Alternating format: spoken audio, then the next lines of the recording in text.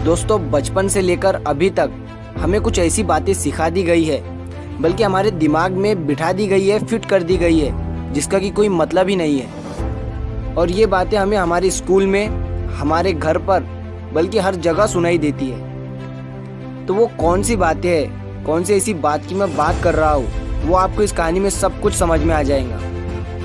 एक बार एक पिंजरे में कुछ बंदरों को डाल दिया जाता है और उस पिंजरे में एक सीढ़ी लगा दी जाती है जिसके ऊपर कुछ केले लटका दिए जाते हैं। जैसे ही उस पिंजरे में कुछ बंदरों को डालते हैं तो उनमें से एक बंदर सीढ़ी पर चढ़कर केले खाने के लिए बढ़ता है, लेकिन जैसे ही वो सीढ़ी पर कदम रखता है तो उन सब बंदरों के आंख पर ठंडा पानी डाल दिया जाता है, जिसकी वजह से वो बंदर नीचे आ जाता है। फिर उसके बाद एक दूसरा बंदर कोशिश करता है, वो जैसे ही सीढ़ी पर कदम रखता है तो उन सारे बंदरों पर ठंडा पानी डाल दिया जाता है और वो बंदर भी नीचे आ जाता है।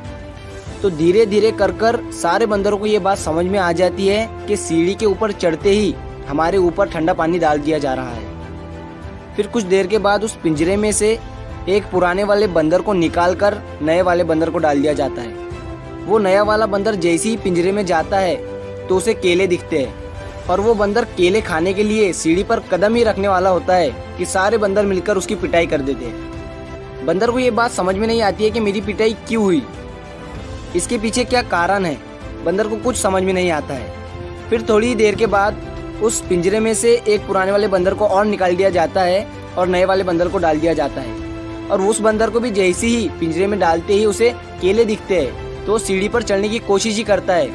तो सारे बंदर मिलकर उसकी पिटाई कर देते हैं और पिटाई करने वाले बंदरों में से वो बंदर भी शामिल होता है जो पिछली बार पीटा गया था, जिसको कि पता ही नहीं था कि मेरी पिटाई क्यों की गई है। और इस बार उसने भी सारे बंदरों के साथ मिलकर उस नए वाले बंदर की पिटाई कर दी थी। तो धीरे धीरे कर उस पिंजरे में के सारे पुराने वाले बंदरों को निकाल दिया जाता है और सारे नए बंदर को डाल दिया जाता है। अब उस पिंजरे में सारे नए बंदर थे और उस पिंजरे पर जो बाल्टी रखी हुई थी ठंडे पानी की, वो भी हटा दी जाती है।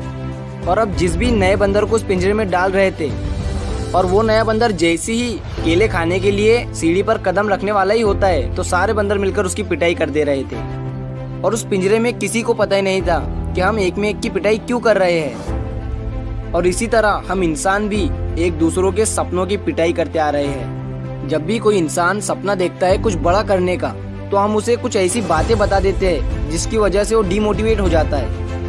और हमें भी ये बात पता नहीं होती है कि हम उसके सपनों की पिटाई क्यों कर रहे हैं, हम उसे ये ऐसी बातें क्यों बता रहे हैं। क्योंकि हमारे बाप दादाओं से हमने ऐसी ही बातें सुनी है ना, इसीलिए हम उसके साथ भी ऐसी ही बातें कर रहे हैं। और सबसे कॉमन डायलॉग तो ये होता है कि समय से पहले और किस्मत से ज्यादा आज तक किसी को नहीं मिला।